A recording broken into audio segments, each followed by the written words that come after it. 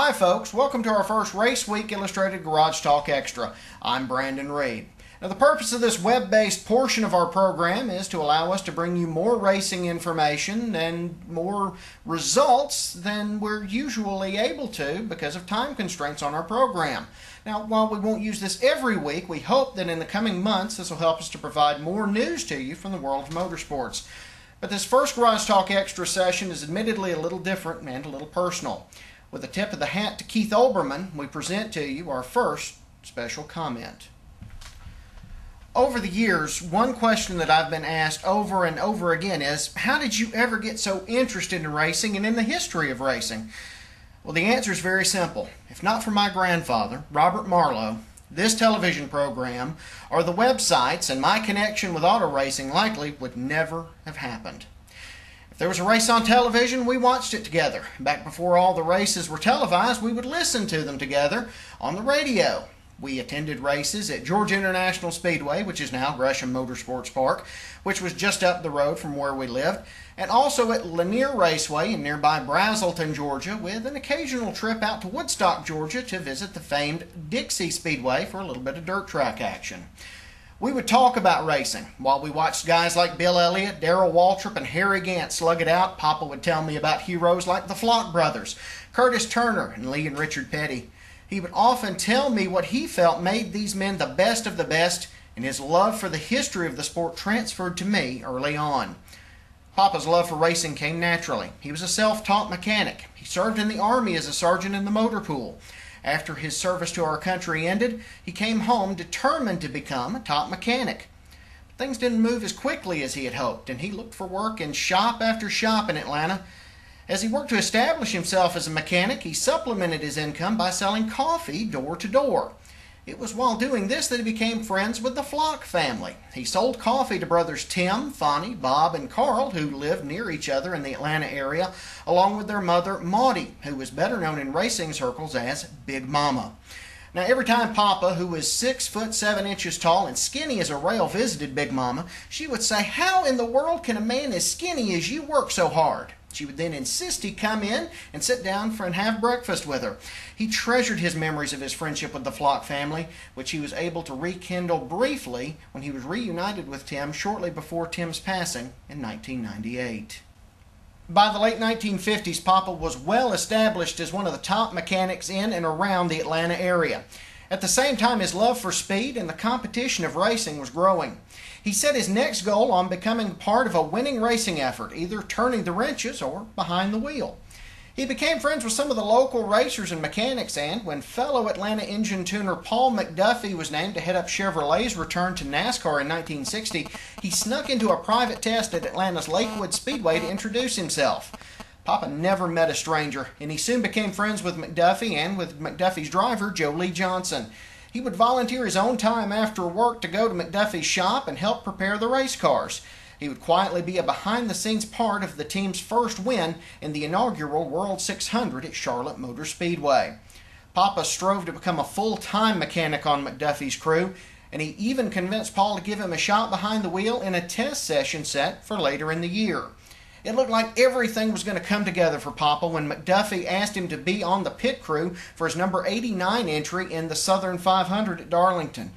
Papa was elated and he went home to pack for the trip. My grandmother, however, had other ideas. Now, racing back then was not the sort of thing that a respectable family was going to be a part of, and she had no intention of her family becoming a part of racing. She told Papa if he wanted to go to Darlington, that was fine. When he got back, she and their young daughter Elaine would be gone. Papa unpacked his bag and he didn't make the trip. During the running of the Southern 500, McDuffie and two others were killed when Bobby John's car went out of control and slammed into the pits. After the incident, Papa gave up on the idea of being a racer or a racing mechanic.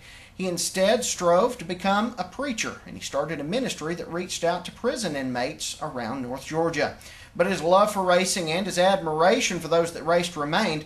He would continue to follow the sport as an avid fan.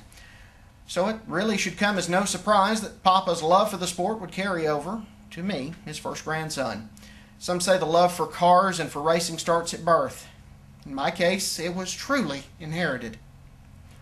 There are a lot of stories I could tell you about Papa, like the first race I attended with him, which was here at Gresham Motorsports Park, then known as Georgia International Speedway. He would explain how the cars worked, and he would point out different things over the course of a race.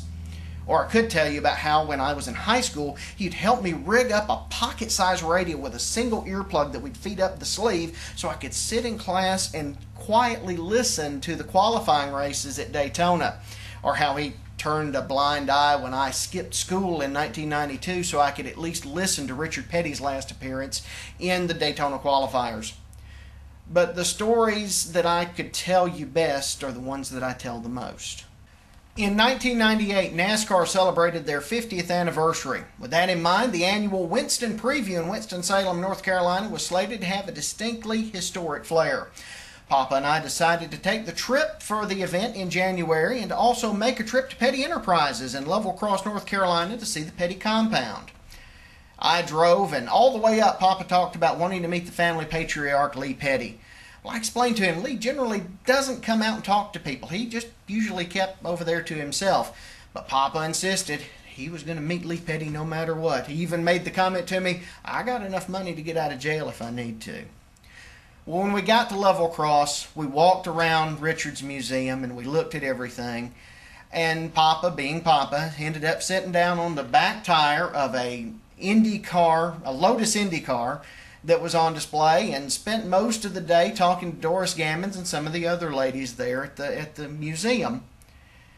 And at one point, he excused himself and went outside to have a cigarette. Well, after a few minutes, it suddenly dawned on me that Papa was alone, unaccompanied, with the sole purpose of meeting Lee Petty. I got out the door just in time to see him down on hand and knee, his head stuck up under the fence there that separated Lee's house from the rest of the Petty compound, and he's yelling, Lee! Lee Petty! Come on over here! I looked up, and here comes Lee Petty coming towards us, golf club in hand.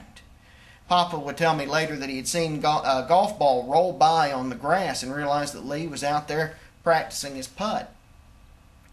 Lee walks over, and Papa pulls himself up to his full height.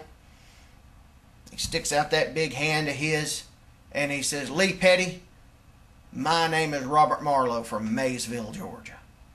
Lee took his hand, and he says, well, Robert, it's a pleasure to meet you. My name's Lee Petty from Randleman, North Carolina. Pop held on to that hand of Lee's, and he said, Lee Petty, I've waited 40 years to tell you this. I hate your guts. I thought we were going to go to jail. But Lee started laughing. And he continued laughing. And Pop kept telling him, I hated you when you'd win all of them races driving them damned old Plymouths and them damned old Oldsmobiles. Because I'm a Ford man. And Lee looks at him and says, well, when I won Daytona, you loved me. And Papa said, no. I didn't love you then because you won it in a damned old Oldsmobile, and I just finished telling you I'm a Ford man. Well, the conversation continued for a little bit, and Lee walked off, and we walked away with a terrific memory and a great story. Now, I tell you this story so that I can tell you the second story, which occurred later that year, in 1998, April of 1998, in fact, again, here at our hometown track, which is now Gresham Motorsports Park. The ASA was holding their season opener here that year, and it was to be the first professional race for fourth-generation driver Adam Petty. In fact, we would find out later that Adam would be the first known fourth-generation professional athlete in the history of sports in the United States, and that happened right here in Jefferson, Georgia. Well, a couple of days before the race, Papa calls me and says, why don't we go down for qualifying? I had the day off, so I came up, and we came out and we sat in the grandstands and we watched qualifying. We were friends with the track promoter at the time, the late Rob Joyce, and Rob told us, well, you know, when they're done, go on down, you can meet everybody. So we go down into the pits, and we're walking towards Adam's truck. And Adam spots us and comes over to us, and he sees me. Now, back then, I wore my hair very long. I was just out of college. I wore it long and pulled back in a ponytail. And Adam looks at me and he says, "Dadgum, your hair's longer than Daddy's. Wait right here." Well, he waited and he went and he got Kyle, his father. And we sat there and talked. And while we talked, we shared the story of Lee Petty and the Ford man. And they laughed and laughed. And Kyle said, "Are you coming back for the race tomorrow night? Please, you've got to come back for the race. Tell me you're coming back for the race." How could we refuse? So the next night, there we were, front and center at Adam Petty's first race. Well, they opened up the gate to let all the fans come down and get autographs and meet the drivers. And Pop wasn't interested in anybody but Adam. That's exactly where we went. Pop got his book signed and talked to Adam, and Adam remembered us, and he says, "Would you guys mind hanging out over here with me for just a few minutes?" And we said, "Sure."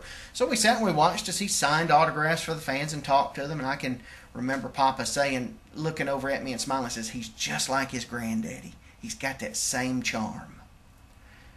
Well, a few minutes later, a crew member came over, and he tapped Papa on the shoulder. And Papa looked at him and said, "Can I help you, sir?" And the crewman said, "Yes, sir. Do you think you could come over to the other side of the pit wall?" And Pop said, "Sure, but why do I need to?" He says, "Well, Mr. Petty sent me. He'd like for y'all to come out and hang out with him and the king before the race." Pop took one look at me, and he vaulted his 6'7", 68-year-old butt over that wall and said, "Tell me where to go." So we came over here into what's now the infield in turn 3 at Gresham. At that point, it was turn 1. And we met with the Petty family, and we talked with Kyle, and all of a sudden I look over, and around the side of the truck comes Richard Petty.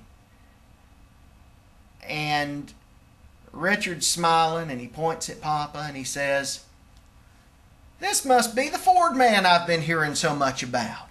Well, I was a Ford man myself there for one season, and I backed it into the wall right over here, as I remember.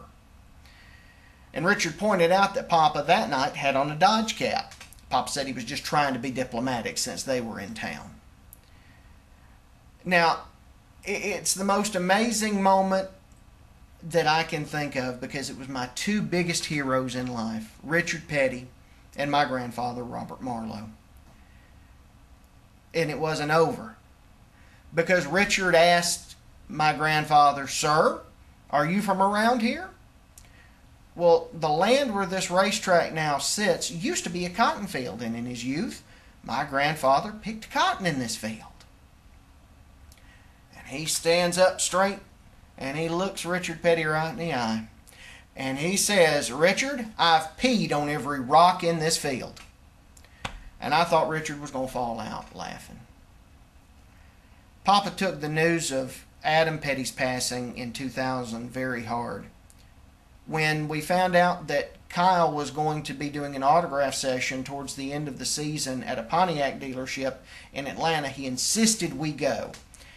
And after everyone had gotten an autograph and had a moment with Kyle, Pop went over to Kyle. And he put his arms around him and leaned in close. And he whispered something in Kyle's ear. I never asked what he told him, but whatever it was seemed to mean a whole lot to Kyle. And it seemed to have a big effect, and he kept thanking Pop for that. As I said, Robert Marlowe never met a stranger. There are so many other stories that I could tell you, but there's just so many things I could share, but it just never seemed like enough. My own father, to be blunt, was useless. He was a liar, a thief, and a flim-flam man, and I've not laid eyes on him in over 25 years. Papa stepped up into that role. He became my grandfather, my father figure, my racing buddy, and my dear friend. He was one of the most important people in my life. Over the last few years, he had been in declining health. On the morning of May 19th, 2011, he passed away quietly in his sleep.